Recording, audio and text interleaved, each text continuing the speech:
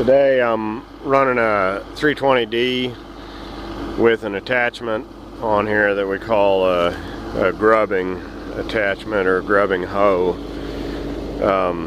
Basically, you can see this replaces the bucket on the machine with this attachment here.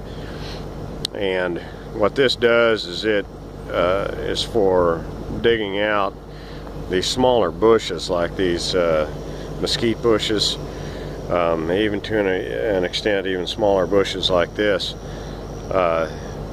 It's really designed to cut roots underground, and when you put this into the ground, typically you'll have it about this deep in the ground, and so you're cutting roots anywhere from 6 to 8 inches below the surface of the soil. Of course, you can go a lot deeper than that with this. For any of these types of bushes and small trees, saplings and that kind of thing that have pretty complicated root systems, this is a pretty good solution to that. You can see the width on this, you know, just to give you an example, it's probably about 20 inches wide or so, 18-20 inches wide. Most of these little bushes, it will cut them below the ground pretty well. I'll give you an example of some that I've cut here. You can see right here, this was about the ground level, and that's where it cut that taproot off underground. The main thing, of course, is to get down low enough that you're cutting those feeder roots like this right here. You know, it's cut this feeder root off and cut the taproot off here, and so that'll get a good kill on these bushes. On a lot of them, it'll cut off the taproot and pull the feeder roots out of the ground, and it does a pretty good job of cutting these. Leaves the ground about like this, you know, a little bit rough, but it's manageable. It's not nearly as bad as using a regular bucket. When you're using a regular bucket, it really tends to leave quite a mess. And so I'll show you here, just give you a little sample of how this thing functions when you're running it. You can somewhat handle some other trees with it, you know, just dead trees like that. Bigger trees, probably a little bit difficult for it. You might want to switch back to a regular bucket when you're getting bigger trees.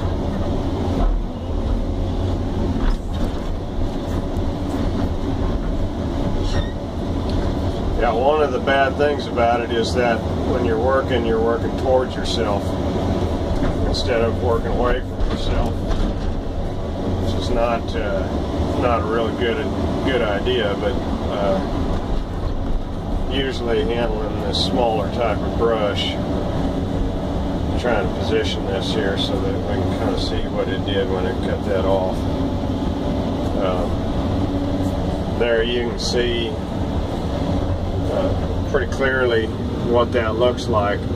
It cut that taproot off real well, left the feeder roots, but they'll be pulled out of the ground.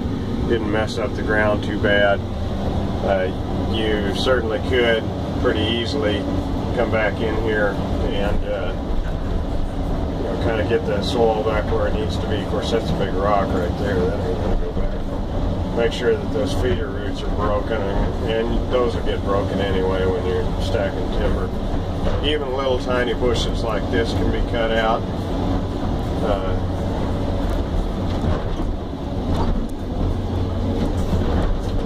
Sometimes this thing has a bad tendency to hook these rocks like that.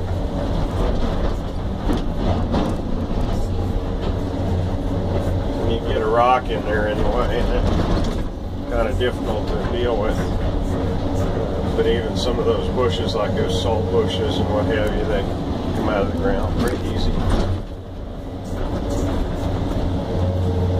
What you want to do is you want to hold that at an angle to the ground where it's actually cutting down into the ground, so you don't work this just sitting flat on the ground like that. What you want to do is you want to roll it back like that, so when it goes into the ground, it actually cuts down into the ground underneath the bush and then comes back up, and it'll a lot of times leave the bush just standing there, but its roots are cut. Of course, on these bigger ones like this,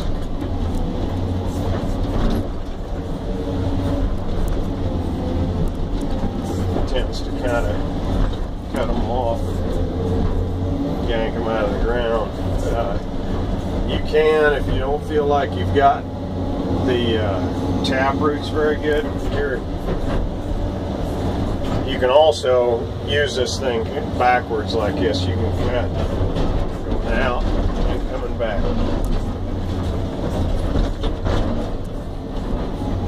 This is not working really well because of the rocks and the soil right here.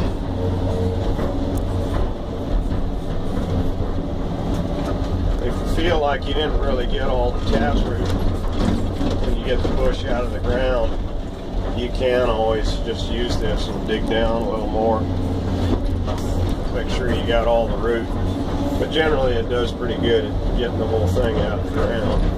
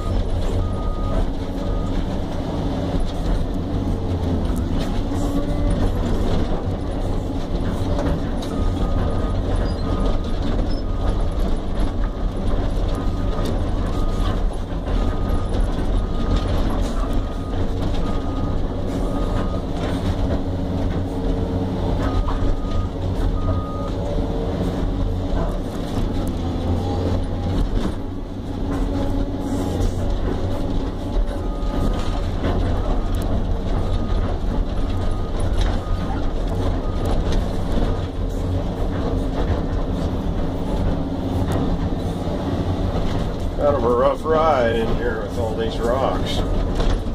You're tracking around out here, you don't really notice, just looking out here, you don't think that there's that many rocks. But when you start looking down in the grass, you notice that there's just rocks everywhere. And they really make work out here kind of difficult. Just simply because of the fact that it gets so bumpy, you can't ever really sit nice and flat and level and solid. Like every place you pick to sit, you're bouncing around.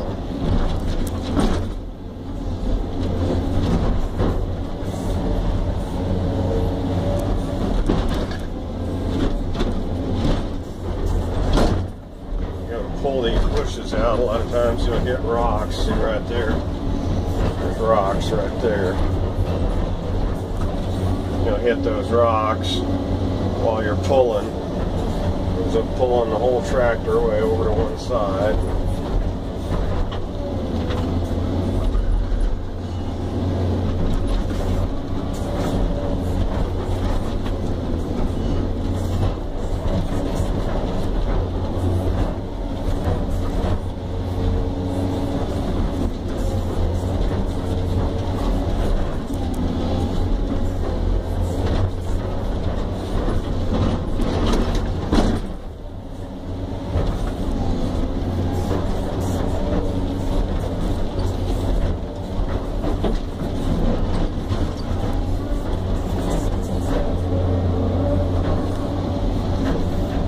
on this piece of property here, what we're doing is we're taking out all these dead trees, getting them out of the way, and taking out all these mesquites. These mesquite bushes are thorny, and they really don't provide any shade or shelter for the livestock. They don't, really more of a nuisance than anything else. And they make it difficult when you want to get out here if you're looking for livestock. Either this ranch here has got,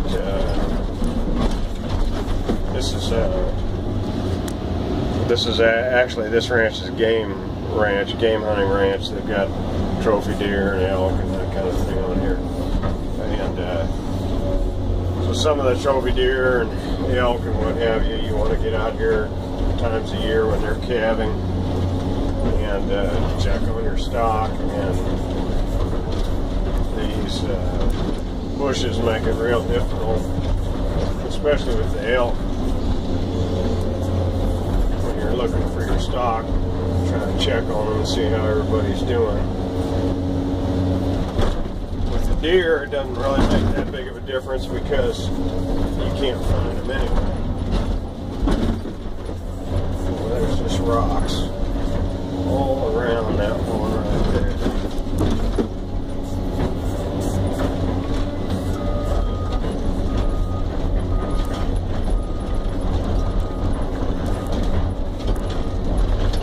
Here, this would probably be a good example. These three little mesquites here. If you tried to take these out with a dozer, you just wouldn't bother with it. You'd mess up the ground so much they wouldn't be worth taking out. And even with a track hoe with a bucket on it, it would really, you know, do enough stirring up the dirt that they wouldn't be worth bothering with. But with this thing here, you can just kind of slide it along underground, and that's it, they're going.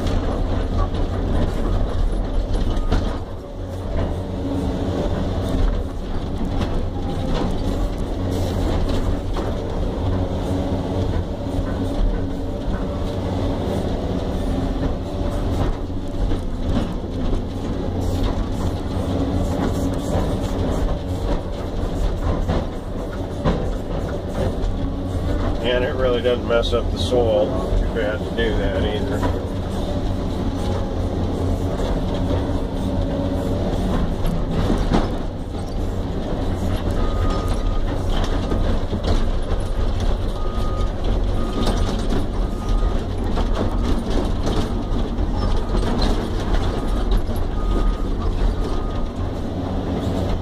Rough riding, man.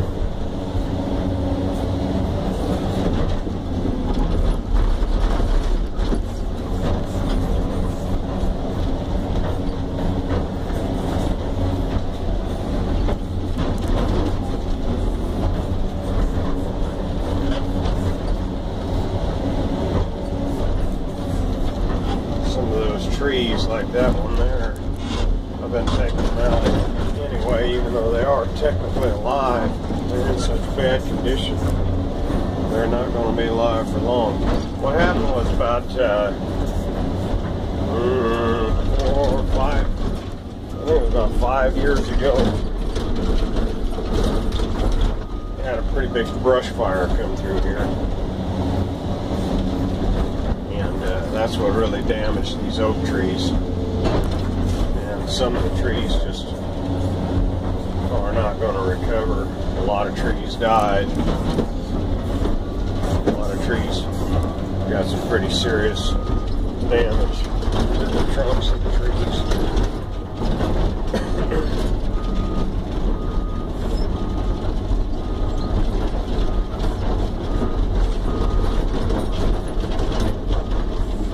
Sometimes what I'll do is I'll pull ahead into an area where I've got, you know, bushes all around me like this, and I can kind of work in in a circle somewhat and take this stuff out.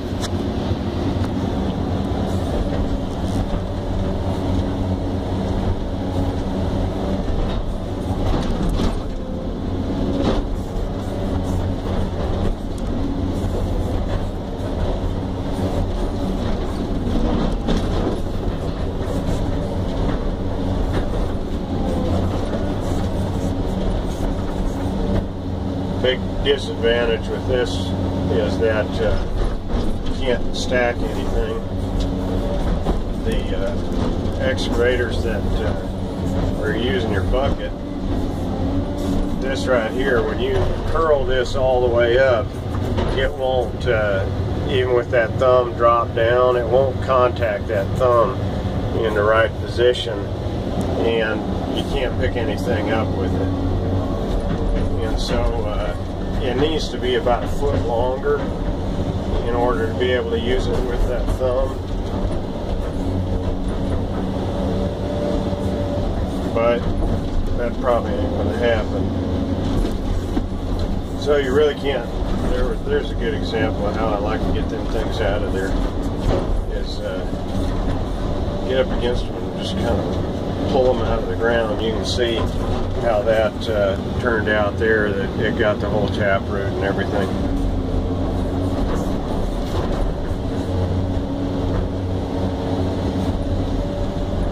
Kind of push it down into the ground. As soon as you get up against the plant, against the root, just kind of pull that taproot out of the ground.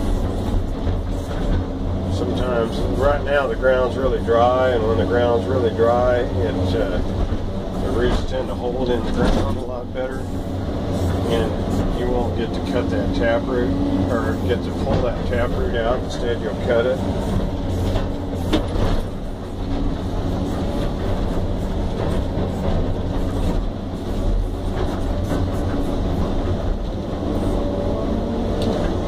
So that's it, just a quick little example of how that grubbing tool works.